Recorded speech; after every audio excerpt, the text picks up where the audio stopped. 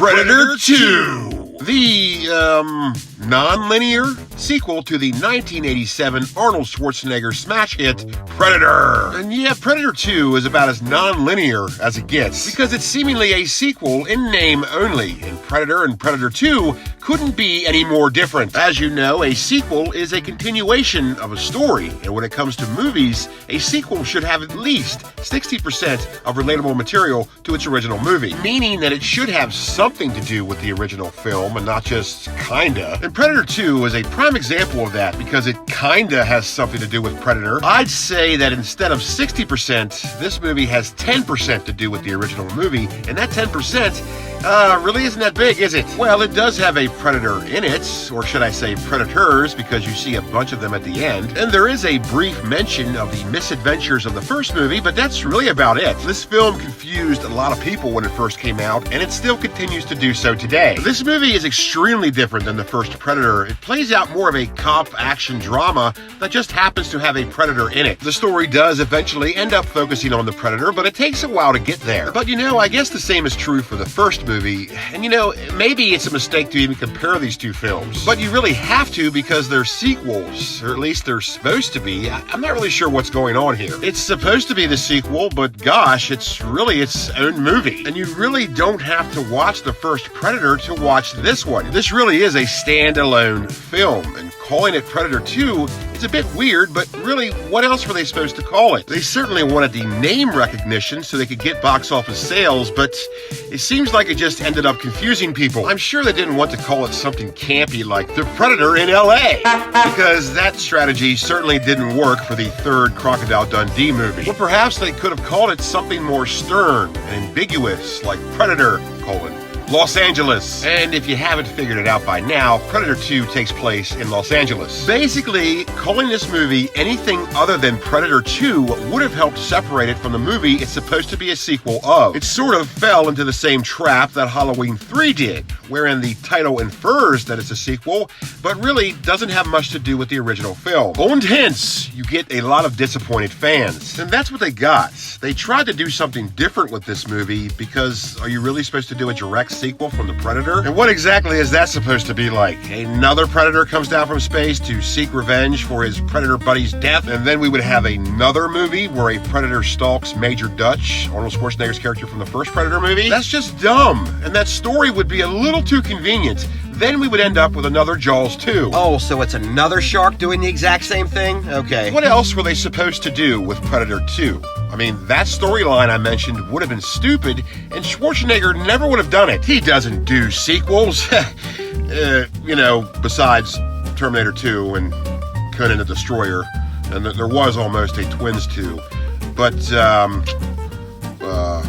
besides that, having Schwarzenegger reprise his character from the first movie just would have been dumb, and he never would have done it, which would have meant they would have had to get another actor to do that, and that never works out. I mean, it can work out, but very seldom, and this situation, it wouldn't have worked out. So instead of a sequel, you make another Predator movie. It's not a Predator sequel, it's another Predator movie. So I think that the biggest mistake this movie made was being called Predator 2. It should have been called something else. I don't know what, but something else. Something that wouldn't set it up for its own disappointment. There is a science behind sequels, and it has to be done just right for any of it to make sense. But I'm not going to get into all that right now. You'll have to tune in to the upcoming adventure, The Psychology of Sequels, coming November 2022. Like most things in life, Predator 2 is a matter of perception. If you perceive it as a sequel, which should be your default reaction based on the title, then you're gonna have a bad time. Oh man, I don't know what I was expecting, but it wasn't this. And that's not your fault. You're not a movie snob if you don't like this movie. The title gives you no choice but to assume it's a sequel. However, if you detach yourself from the movie's title and perceive it as simply another Predator movie, then you're gonna have a pretty good time. Because that's what it is. It's a non-stop action romp that happens to have a Predator in it and Danny Glover. But it's not exactly a sequel. It's simply another Predator movie that's a very loosely based follow-up to the first Predator film. However, it's labeled as a sequel and therefore it is viewed as a sequel. And it is a decent movie, it's just a terrible sequel. Now, I happen to enjoy this film, but I know people who absolutely hate it. Released in theaters November 21st, 1990, this movie would go on to be one of of the most polarizing films of all time. Because there's people who love it and people who hate it, and there does not seem to be a lot of middle ground here. But that's all after the fact stuff. It did pretty well in theaters. It was made on a budget of $20 million and took in $50 million at the box office. So the box office figures would prove that people did want a Predator sequel. However, the reviews would prove that they did not want this one. And man, it certainly was negative review-o-rama. And for the most part, it still is today. But a lot of people are starting to come around on this movie, and it certainly is a cult classic in its own regard. Earlier, I had mused and mentioned about Schwarzenegger reprising his role as Major Dutch, and how that storyline would have been stupid and convenient. Well, that's what almost happened. Yeah, the original screenplay for this film did have Schwarzenegger set to be the leading role. But of course, that never happened, and there's two theories on why that never happened. I'm not sure if any of these are true, but the one theory states that he wasn't offered enough money, and the other theory states that he had just agreed to do Terminator 2 and he didn't want to do two sequels at the same time. Either one could be true, both of them could be true, or neither of them could be true. I don't know. But the first version of the Predator 2 screenplay did include Arnold Schwarzenegger. And guess who else? Patrick Swayze. Yeah, it was supposed to be Schwarzenegger and Swayze in Predator 2, but allegedly he declined to do it due to an injury he sustained on the set of Roadhouse. So given that, and Schwarzenegger being a coy boy, this version of the screenplay was never going to happen. Predator 2 was supposed to be an entirely different movie than the one we got, and even the one we did end up with was supposed to be very different. Apparently, the original script for the final draft of the screenplay was way more violent and gory. So much so that the film was going to receive an NC-17 rating, which would have meant that a little less than half of their target audience, which was action movie hungry teenagers, would not have been able to see the film, which would have cut into their box office sales. And well, you don't want that, so they scrambled and changed the script so they could get an R rating. And if you ever thought this movie seemed rushed, well, that's why. Because it was rushed, and deadlines were certainly pushed to the limit. Yeah, there was a lot of last-minute shenanigans, and of course, all the screenplay changes, and all of that adds up to the movie that we affectionately call Predator 2. I had seen this movie many times in the course of my life, but I hadn't seen it very recently. Wanting to revisit the magic, I decided to pop in my 1996 20th Century Fox home video VHS distribution. And I gotta tell you, upon viewing it again, I just really enjoy this movie. In my opinion, there's a lot to love, but I do understand why people might hate it, especially if you watch the two movies back to back. Yeah, don't do that, because frankly, it's pointless to do so. I mean, you don't even have to watch the first movie to watch this movie. Yeah, it stands up by itself, and it gives you more than enough information to go on to understand the Predator. In fact, this movie even explains that crazy alien thrill seeker a little bit more than the first movie does. And in that first movie, we come to understand that the Predator is an alien species that's essentially a trophy hunter. And in the second movie, we come to understand that it's not just one Predator, it's an entire culture of Predators that all do the same thing. Yeah, apparently they all just fly around the galaxy collecting skulls. Not unlike Dr. Klopek from The Burbs, except for the flying around the galaxy part. Also in Predator 2, we come to understand more about the Predator's code of conduct. In the first movie, we discover that a Predator will not kill you if you're unarmed. Oh, how sporting. And the second movie expands on that, and we find out a little bit more on how they do things. Like, a Predator will not kill you if you're with child. And if you manage to kill a Predator in combat, you're rewarded with a trophy. You know, they're not so bad. I'm starting to like these guys. And that's another thing about this movie. It's a little hard to view the Predator as a bad guy. Though he's set up to be the antagonist, he doesn't really act like one. Or it could be a her for all I know.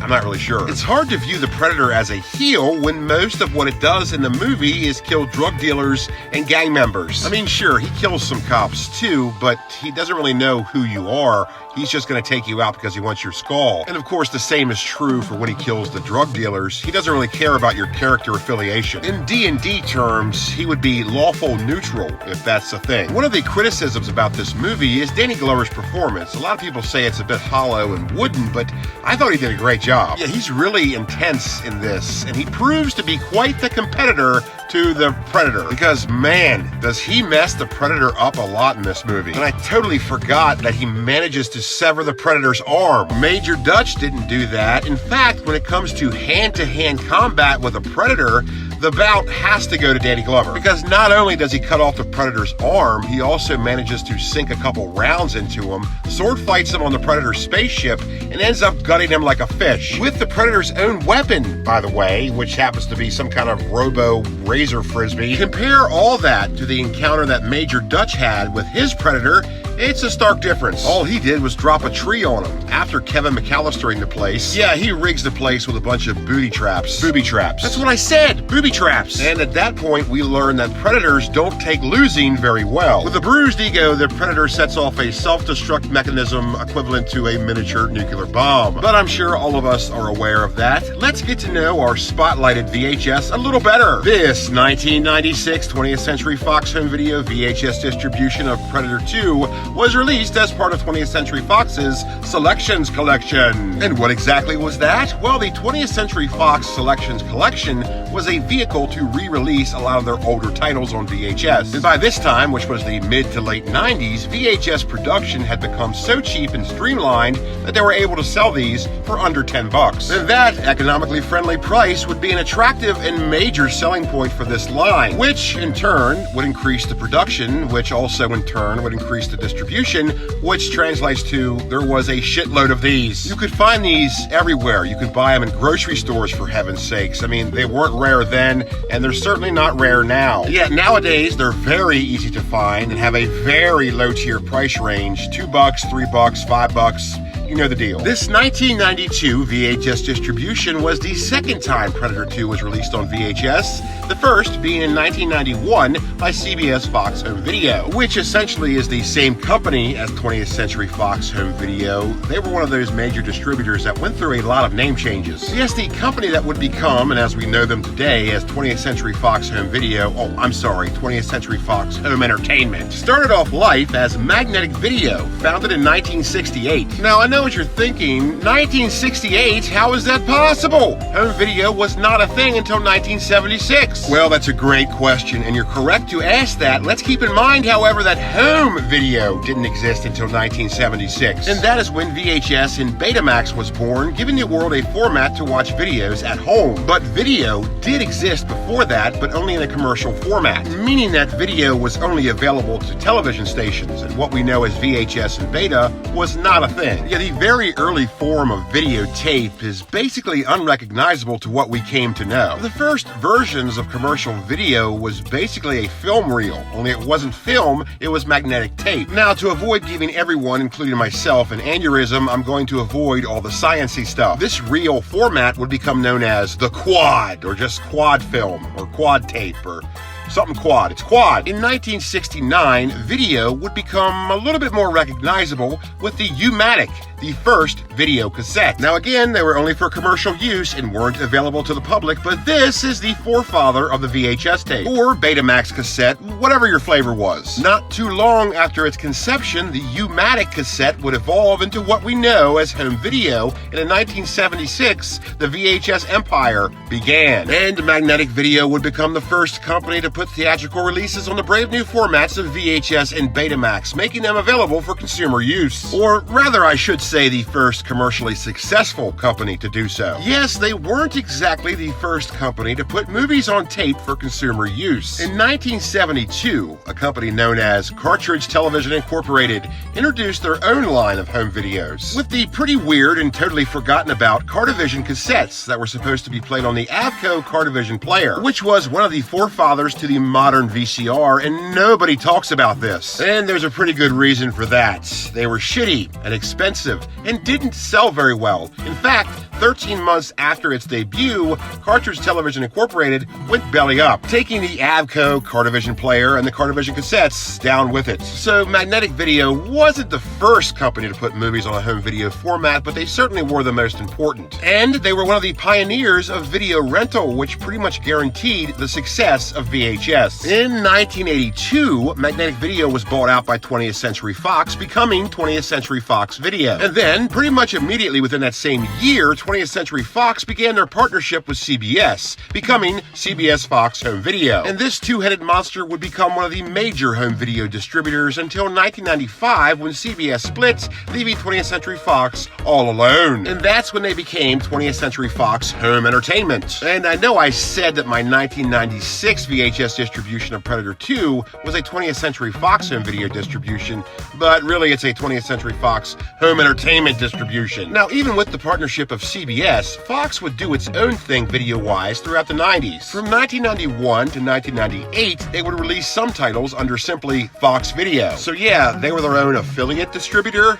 That's how you know you're doing pretty well. And well, they most certainly did. And 20th Century Fox Home Entertainment still exists today, far beyond the age of the VHS empire. Well, anyways, I got off on sort of a tangent there. Back to Predator 2. Upon viewing this again, I would say that Predator 2 does sort of hold up pretty well. And if you're one of those people that hates this movie, I'm not here to change your opinion, but I would encourage you to watch it again. And don't look at it like a sequel, because it's really not. Basically, it's just an action movie that happens to have a Predator in it, but really, that's what the first movie was too. Whether you love or hate Predator 2, the one thing we can all agree on is that it's the last bit of decent material to ever come out of the Predator franchise. Because man, those Alien vs. Predator movies, capital P, capital U, flatter than a plate of piss, prime examples of shitty early 2000s filmmaking. So in closing, if you haven't seen Predator 2 in a while, watch it again. You might be pleasantly surprised. Perception is everything, and try to look at it as simply another Predator movie. It's a good film, but a shitty sequel. And if you're a VHS collector and don't have this, certainly pick it up. They're very cheap and very easy to find. Even the 1991 distribution is. It's a good addition to your VHS collection. Well, that about does it for this little video. Thank you very much for watching. Be sure to hit subscribe and take care out there. And I'll see you next time, only on Captain Adam's VHS Pirate Ship.